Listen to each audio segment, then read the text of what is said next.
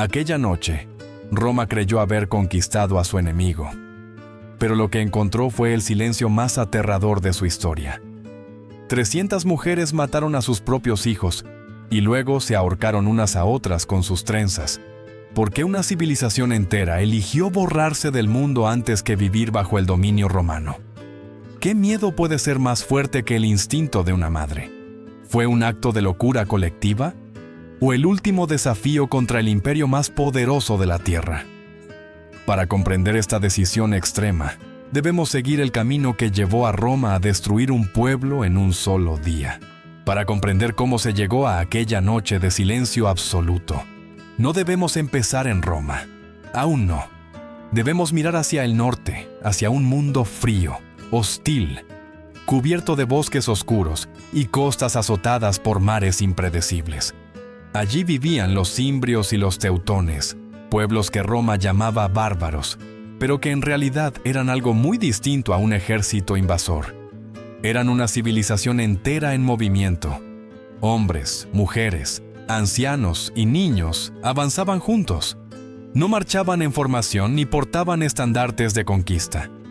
Empujados por el hambre, por el avance del mar, por un cataclismo que la historia nunca llegó a registrar con precisión, abandonaron su tierra ancestral en busca de un lugar donde sobrevivir. No querían dominar imperios, querían un hogar. Sin embargo, su paso por Europa dejó una estela de destrucción imposible de ignorar. A lo largo de su migración, tribus enteras fueron arrolladas. Pequeños reinos locales desaparecieron.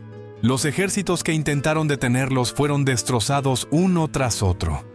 No porque los cimbrios y teutones fueran estrategas brillantes, sino porque se movían como una fuerza de la naturaleza, una marea humana imposible de contener, impulsada por la desesperación y la necesidad.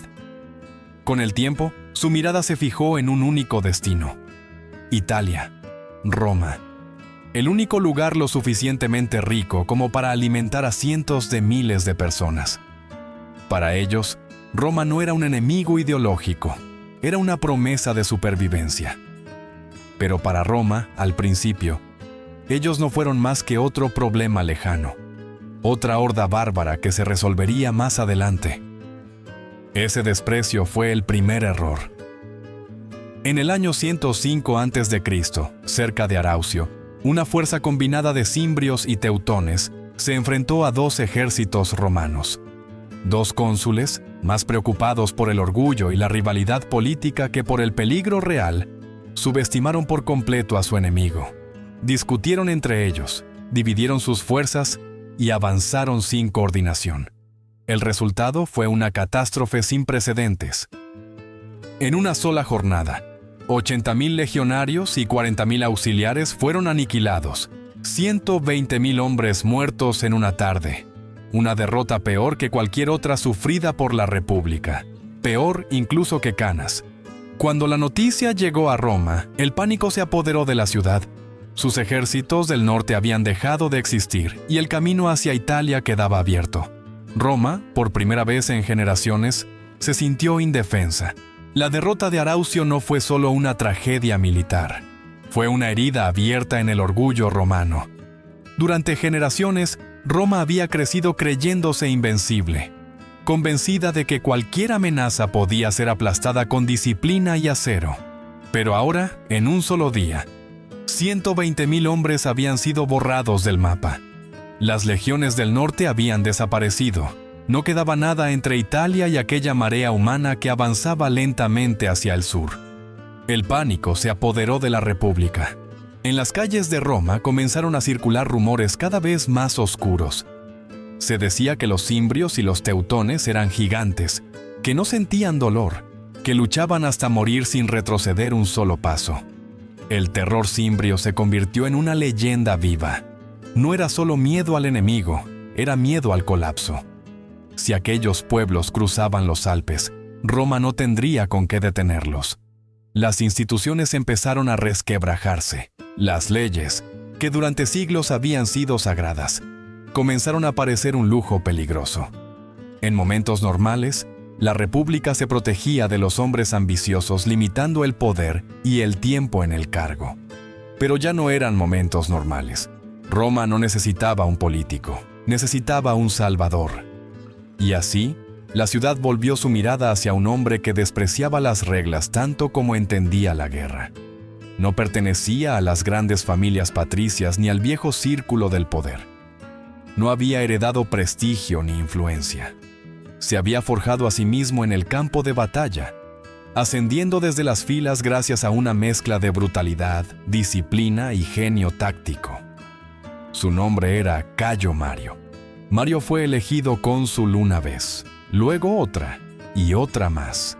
5 veces consecutivas, rompiendo todas las tradiciones de la República. Nadie se atrevió a detenerlo, porque nadie tenía una alternativa mejor. Cuando el fin del mundo parece cercano, Roma no busca equilibrio ni legalidad. Busca a alguien dispuesto a hacer lo necesario. Mario entendía el miedo porque había vivido con él. Sabía que el viejo ejército romano, formado por ciudadanos propietarios, ya no servía para la guerra que se avecinaba. Aquello no sería un conflicto limitado, sería una lucha por la supervivencia total. Y para ganar una guerra así, Roma tenía que transformarse. La República estaba a punto de cruzar una línea de la que jamás regresaría. Cayo Mario no llegó al poder por tradición ni por apellido. Llegó porque Roma estaba aterrada. Era un novus homo, un hombre nuevo, ajeno a la aristocracia que había gobernado la República durante siglos. No hablaba el lenguaje refinado del Senado, hablaba el lenguaje del campamento, del miedo y de la supervivencia. Y eso, en aquel momento, lo convirtió en indispensable. Mario comprendió algo que los nobles se negaban a aceptar. El ejército romano estaba obsoleto.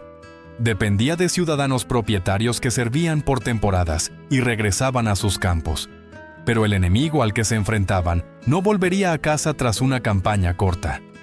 Los cimbrios y los teutones no tenían retaguardia, no tenían patria a la que regresar. Luchaban con todo lo que eran. Para enfrentarlos, Roma necesitaba un ejército distinto. Mientras el pánico se extendía por la ciudad, Mario impulsó la reforma militar más radical de la historia romana. Abrió las legiones a los ciudadanos sin tierras, a los pobres, a hombres que no tenían nada que perder. El Estado les proporcionó armas, entrenamiento y paga. Ya no serían campesinos ocasionales, serían soldados profesionales. Pero el cambio más profundo no fue material, fue emocional. Mario dio a sus hombres un símbolo único, el águila, un estandarte por el que vivir y morir. La lealtad del legionario dejó de estar dirigida a la república abstracta y se concentró en una figura concreta, su general. Mario no solo creó un ejército más eficiente, creó un ejército personal. Aquella decisión salvó a Roma, pero también sembró una semilla peligrosa. Por primera vez, un general contaba con tropas cuya supervivencia, identidad y futuro dependían exclusivamente de él. La disciplina se volvió absoluta. La obediencia incuestionable. Roma había forjado una máquina de guerra capaz de destruir cualquier cosa que se interpusiera en su camino. Mientras tanto, el enemigo también se movía. La gran migración se fragmentó. Los cimbrios se dirigieron hacia Hispania, alejándose temporalmente del corazón de la República. Fue un respiro inesperado, casi un regalo del destino. Pero los teutones, la tribu más feroz, tomaron otra ruta. Avanzaron directamente hacia Italia atravesando el sur de la Galia. La confrontación ya no era una posibilidad, era una certeza. Y Mario, con su nuevo ejército, marchó hacia el norte. No para atacar de inmediato, sino para esperar, para observar, para preparar algo mucho más oscuro que una simple batalla. Mario no tenía prisa por enfrentarse a los teutones. Sabía que el tiempo podía ser un arma tan letal como el acero. Mientras su enemigo avanzaba lentamente por la Galia, arrastrando carretas, ganado y familias enteras, él entrenaba. Día tras día, sus legiones repetían los mismos movimientos hasta convertirlos en reflejos. Marchar, formar, lanzar, cerrar filas. No eran hombres luchando juntos, eran piezas de una sola máquina. A diferencia de los guerreros teutones, impulsados por la furia y el impulso, los soldados de Mario aprendieron a dominar el miedo. Su fuerza no residía en el coraje individual, sino en la disciplina colectiva. Cada hombre sabía exactamente qué hacer y cuándo hacerlo. Y sobre todo, sabía que el soldado a su lado haría lo mismo. Esa confianza mutua era el verdadero corazón del nuevo ejército romano. Mario también comprendía a su enemigo. Sabía que los teutones se alimentaban de su propia ferocidad, de su impulso inmediato, de la necesidad de demostrar valor frente a su comunidad. Esa misma energía, pensó, podía volverse contra ellos. La impaciencia sería su debilidad. Por eso decidió no presentar batalla abierta. Aún no. Eligió el lugar con cuidado. Aquae-Sextiae, la actual Aix-en-Provence, un valle fértil atravesado por un río, rodeado de colinas. Mario llegó primero. En lugar de desplegarse en la llanura, ocupó las alturas. Fortificó un campamento en una posición dominante, difícil de atacar, desde donde podía observar cada movimiento enemigo. Desde allí, obligaría a los teutones a exponerse. Cuando finalmente llegaron, no lo hicieron como un ejército organizado, sino como una avalancha. Cientos de miles de personas llenaron el valle de lado a lado. El suelo temblaba bajo el peso de sus carros y animales. El aire se llenó de gritos, cuernos de guerra y el olor de cuerpos cansados y ganado. Era una ciudad en movimiento, impulsada por la desesperación. Su rey, Teutobod, descrito como un gigante de fuerza descomunal, cabalgó hasta las faldas de la colina romana. Desde allí se burló de Mario y sus hombres. Los llamó cobardes, los desafió a bajar y luchar cara a cara. Para cualquier otro general romano, educado en el honor y el orgullo, aquella provocación habría sido irresistible. Pero Mario no luchaba por honor, luchaba para ganar. Ignoró los insultos, ordenó a sus hombres mantenerse en silencio y esperar, un día, luego otro y otro más. Mientras tanto, dentro del campamento romano, la tensión crecía. Los legionarios escuchaban los cantos de guerra enemigos día y noche. Veían a los teutones golpear sus espadas contra los escudos, ansiosos por combatir. Mario los contuvo. «Dejad que se consuman en su propia rabia», les dijo. «Dejad que su furia se vuelva cansancio». Sin que ellos lo supieran, la verdadera trampa ya estaba en marcha. Mientras los teutones se desbordaban de furia al pie de la colina, Mario observaba en silencio. Sabía que cada día que pasaba jugaba a su favor. No solo estaba agotando la paciencia del enemigo, estaba controlando el recurso más vital de todos: el agua. El campamento romano se encontraba río abajo, el de los teutones río arriba. Pero el acceso más fácil y amplio al río estaba justo bajo la colina ocupada por las legiones. Sin descender para combatir, Mario dominaba la vida misma. La sed comenzó a hacer su trabajo. Tras días de espera, de insultos ignorados y de cantos de guerra sin respuesta, la frustración se convirtió en rabia ciega. Mario decidió entonces provocar la chispa. Reunió a sus tropas auxiliares, los lígures, aliados tan duros y resistentes como los propios teutones, y les dio una orden simple y calculada: bajad al río, provocadlos. Lo que comenzó como una escaramuza menor se transformó rápidamente en un caos sangriento. Los teutones, enfurecidos y desesperados por el agua, cruzaron el río en masa para atacar a los lígures. Era exactamente lo que Mario había previsto. Desde lo alto de la colina, ordenó a las primeras legiones descender. No corrieron. Avanzaron con paso firme, en formación cerrada, con el ritmo aterrador de una maquinaria que sabe que va a matar. Los romanos golpearon el flanco de los teutones mientras estos estaban desordenados, atrapados en el cruce del río y enfrentados a los ligures. El choque fue brutal. Para los teutones que observaban desde el campamento, la escena fue confusa. No estaban preparados para una batalla a gran escala. Cuando comprendieron lo que ocurría, ya era tarde. Mario no buscaba una victoria total aquel día. Buscaba algo más importante: la iniciativa. Tras causar enormes bajas, ordenó a sus hombres retirarse con disciplina perfecta de regreso a la colina. Dejaron atrás miles de cuerpos flotando en el río y esparcidos por las orillas. Fue un golpe preciso, calculado, que hirió el orgullo enemigo y encendió un deseo de venganza imposible de contener. La primera sangre había sido derramada, y con ella, Mario había ganado la batalla psicológica. Los teutones estaban humillados, heridos y furiosos. Habían mordido el anzuelo.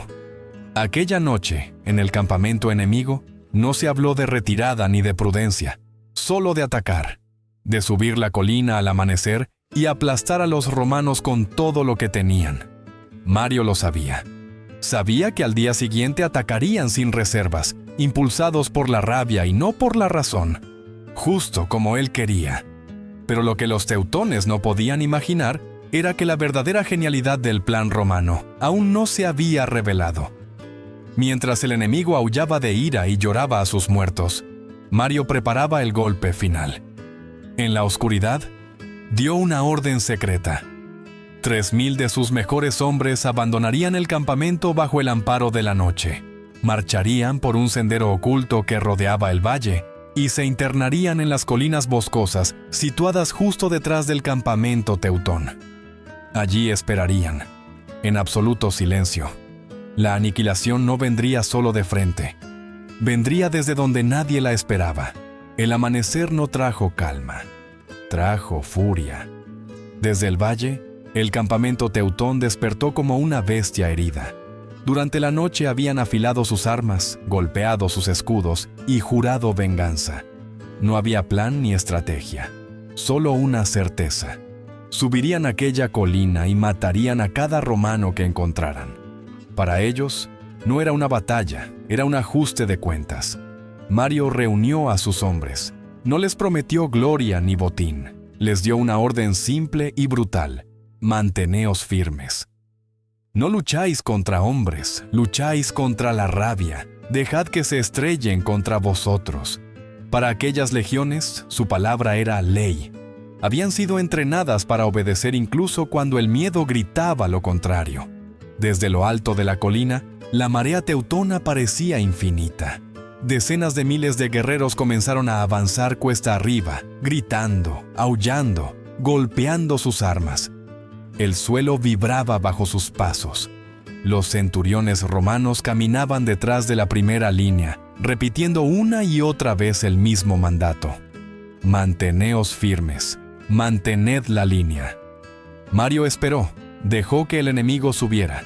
Dejó que el sol, el peso de las armas y la pendiente agotaran sus fuerzas. 50 metros, 40, 30.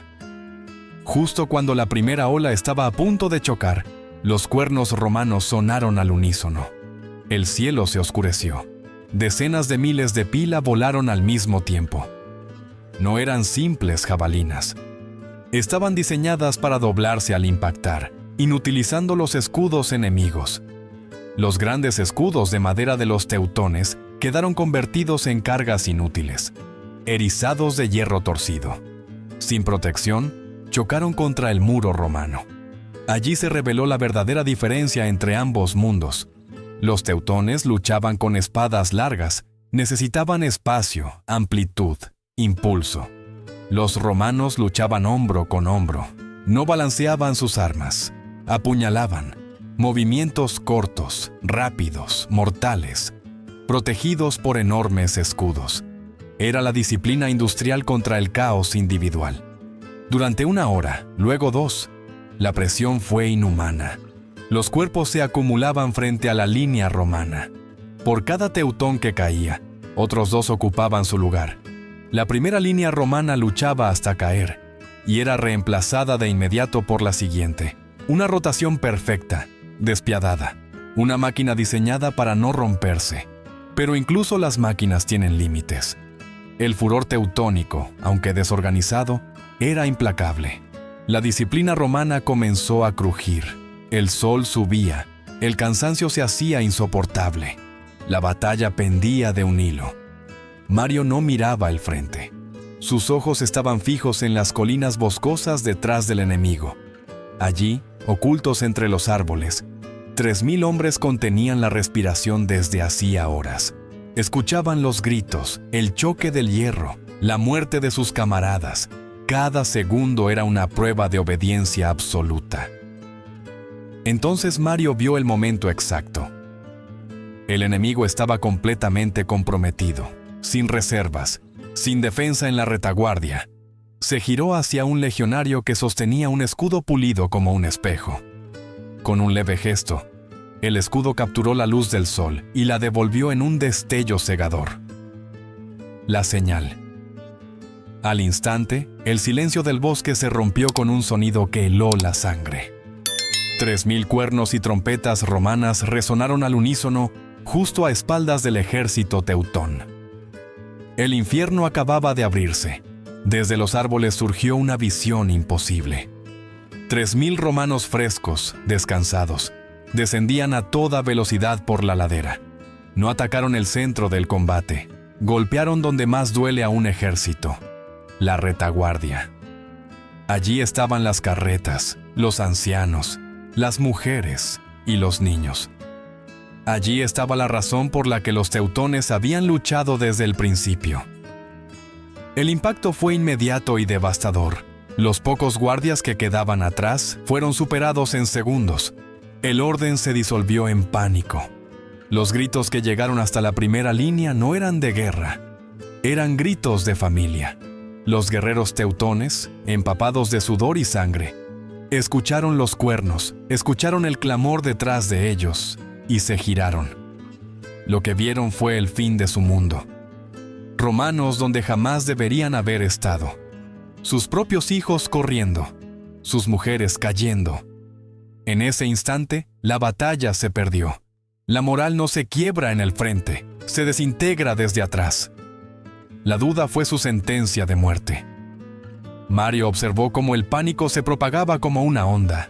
No gritó, no necesitó hacerlo. Pronunció la orden con una frialdad absoluta. Ahora, perseguidlos. La legión dejó de apuñalar y comenzó a avanzar. Un paso, luego otro, escudos empujando, filas cerradas, ganando terreno sin prisa y sin piedad. Los teutones quedaron atrapados entre dos frentes. Ya no eran un ejército, eran una multitud aterrorizada. Arrojaron sus armas, intentaron huir, pero no había salida. El valle era una trampa perfecta. La batalla había terminado. La matanza acababa de empezar. Los legionarios persiguieron a cada hombre que corría. No tomaron prisioneros. La disciplina se mantuvo en la formación, pero no en la aplicación de la muerte. Fue una aniquilación metódica. Los historiadores calcularían después que más de 100.000 guerreros teutones murieron aquel día en Aquae Sextiae. El genio táctico de Mario se transformó en simple aritmética de exterminio. Pero incluso esa cifra no cuenta la historia completa. Porque cuando cayó el último guerrero, cuando el valle quedó cubierto de cuerpos y silencio, la guerra aún no había terminado. En el campamento rodeado por las legiones victoriosas quedaban las mujeres, y ellas estaban a punto de mostrarle a Roma que la verdadera derrota no siempre se decide con acero. Cuando el polvo de la batalla se asentó, los romanos avanzaron convencidos de que todo había terminado. La victoria en el campo era absoluta. El botín los esperaba. Porque para Roma, la guerra no concluía con la derrota del enemigo, sino con la captura de personas. Esclavos, vidas convertidas en moneda para pagar a las legiones y engrandecer el nombre del general vencedor. Pero lo que encontraron en el campamento teutón no fue rendición, fue resistencia. Las mujeres, vestidas de negro, habían visto desde la distancia cómo el valle se convertía en una fosa común. Habían visto morir a sus esposos, a sus hermanos, a sus hijos mayores. Y en sus ojos no había lágrimas, había fuego. No estaban armadas con espadas ni lanzas. Tomaron lo que tenían a mano: hachas de leñador, cuchillos de cocina, picas para el ganado, piedras, sus propias manos. Se colocaron frente a los niños que se escondían detrás de ellas y se convirtieron en la última línea de defensa de su civilización. Aquello no era una batalla de tácticas, era una lucha primitiva, desesperada, sin esperanza de victoria. Los legionarios, los soldados más profesionales del mundo, se encontraron combatiendo contra una furia que no comprendían. Estas mujeres no luchaban para ganar, luchaban para morir matando. Cada paso que los romanos daban se pagaba con sangre. Por cada mujer que caía, otra ocupaba su lugar, gritando los nombres de sus dioses del norte. Durante horas, el combate quedó estancado entre carretas y empalizadas improvisadas. La disciplina romana, paciente e implacable, terminó por imponerse, brecha tras brecha. Las legiones avanzaron hacia el interior del campamento. Parecía que la resistencia finalmente se rompería. Entonces, ocurrió algo inesperado. De entre las sombras, surgió una delegación. No eran guerreras, sino las mujeres más ancianas. Caminaban despacio, desarmadas, con la dignidad de quienes ya han tomado una decisión. Los combates se detuvieron. Los legionarios bajaron sus armas, convencidos de que escucharían súplicas de vida, pero no pidieron clemencia, no rogaron por su salvación. Sabían que su destino, como prisioneras romanas, era la esclavitud. Y para una mujer teutona, la esclavitud significaba una vida de humillación y violencia. Por eso pidieron otra cosa. Suplicaron ser entregadas no a los soldados, sino a las vírgenes vestales en Roma. Querían pasar el resto de sus días sirviendo a la diosa Vesta, preservando su castidad y su honor en un servicio sagrado. No pedían libertad, pedían dignidad. La petición fue llevada ante Cayo Mario. Para él no tenía sentido alguno.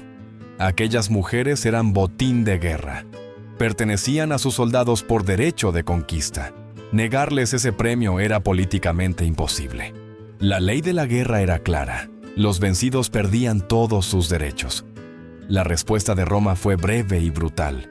Petición denegada. El sol se puso sobre un ejército victorioso. Los romanos, seguros de que la resistencia había terminado, acamparon fuera del círculo de carretas. Decidieron esperar al amanecer para organizar y repartir a los cautivos. Celebraron, bebieron, rieron, sin saber que, en la oscuridad del campamento teutón, se estaba tomando una decisión que cambiaría para siempre el significado de aquella victoria. Para las mujeres teutonas, la negativa de Roma no fue el final de una negociación, fue una sentencia, el último mensaje de un mundo que ya había decidido su destino por ellas. Mientras el sol se ocultaba y en el campamento romano el vino corría entre risas y cantos de victoria. Al otro lado de la empalizada no hubo gritos ni discusiones. Hubo silencio, un silencio denso, cargado de comprensión. Aquellas mujeres entendían perfectamente lo que les esperaba al amanecer. La esclavitud no significaba solo trabajo forzado. Significaba perder sus nombres, su lengua, sus dioses. Significaba que sus cuerpos se convertirían en trofeos y que sus hijos crecerían como propiedad de quienes habían matado a sus padres. Para ellas, ese futuro no era vida, era una agonía sin fin. La decisión no fue fruto del pánico, fue un juicio frío. Una sentencia dictada por madres que habían visto desaparecer el mundo de los hombres en un solo día. Ahora quedaba su mundo, y se negaron a permitir que fuera profanado. Si su civilización debía morir, moriría entera, sin dejar nada que Roma pudiera reclamar como botín. Primero fueron los niños. En la oscuridad de las tiendas y las carretas, cada madre cumplió con la decisión más antinatural que puede tomar un ser humano. No hubo alaridos ni caos, solo un silencio sofocante que se extendió por todo el campamento. Fue su primer acto de guerra contra Roma, una generación de esclavos que nunca existiría. Cuando el último niño dejó de respirar, llegó el turno de las mujeres. 300 supervivientes de la masacre del Valle, 300 ejecutoras de su propia sentencia. Con manos firmes, comenzaron a desatarse el cabello, trenzaron sus propias sogas. Aquellas que no podían colgarse eran estranguladas por sus hermanas en un último gesto de solidaridad brutal. Se ayudaron mutuamente hasta el final.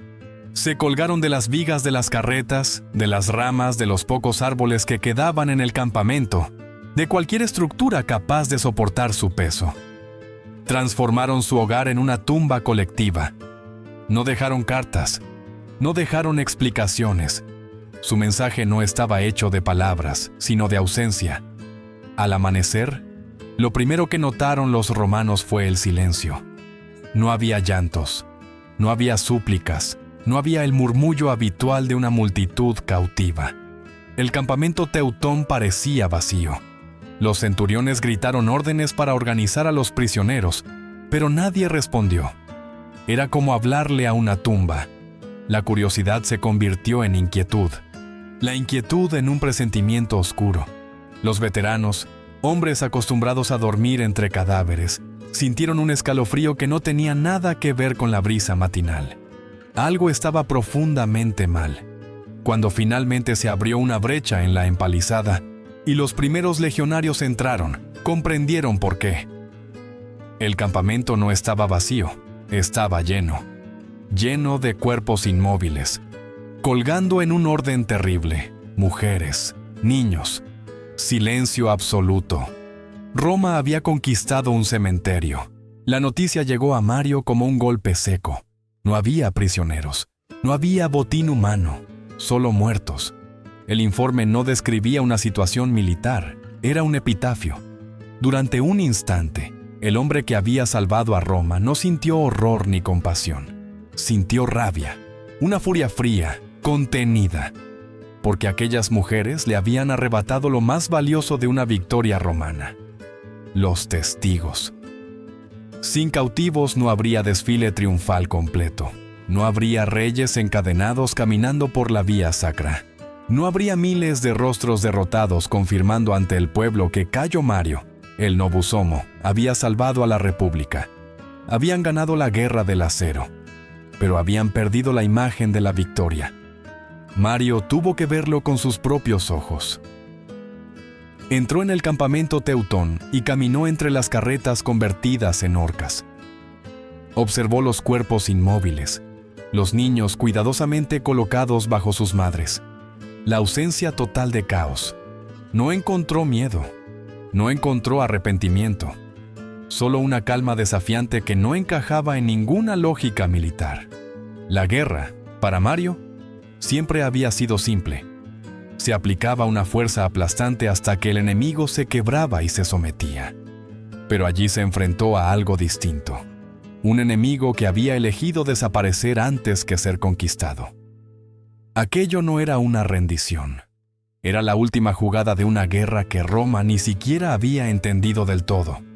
La orden que dio fue tan fría como pragmática. Quemadlo todo. No quiero que quede ni un hueso ni un recuerdo. El campamento fue borrado de la tierra. Aquae Sextiae debía convertirse en nada más que cenizas y silencio. Roma no necesitaba monumentos a una victoria incómoda. Cuando la noticia llegó a la capital, el terror cimbrio quedó oficialmente contenido. Mario fue aclamado como héroe, como el tercer fundador de Roma. Su genio táctico se convirtió en leyenda. El suicidio de las mujeres fue reducido a una nota grotesca, una prueba más de la supuesta barbarie del enemigo, una justificación para su exterminio. Pero el verdadero legado fue mucho más oscuro. El ejército que había ganado aquella guerra ya no era el ejército de la República, era el ejército de su general. La lealtad personal, el poder absoluto y la solución militar a cualquier problema habían demostrado ser eficaces, demasiado eficaces. Roma había aniquilado a una civilización en un solo día, pero en ese mismo acto había sembrado el veneno que, décadas después, consumiría a la propia República. Aquella noche, 300 mujeres le negaron a Roma sus trofeos y le dejaron una pregunta que aún resuena entre las ruinas de los imperios. ¿Qué vale más, vivir encadenado o morir libre?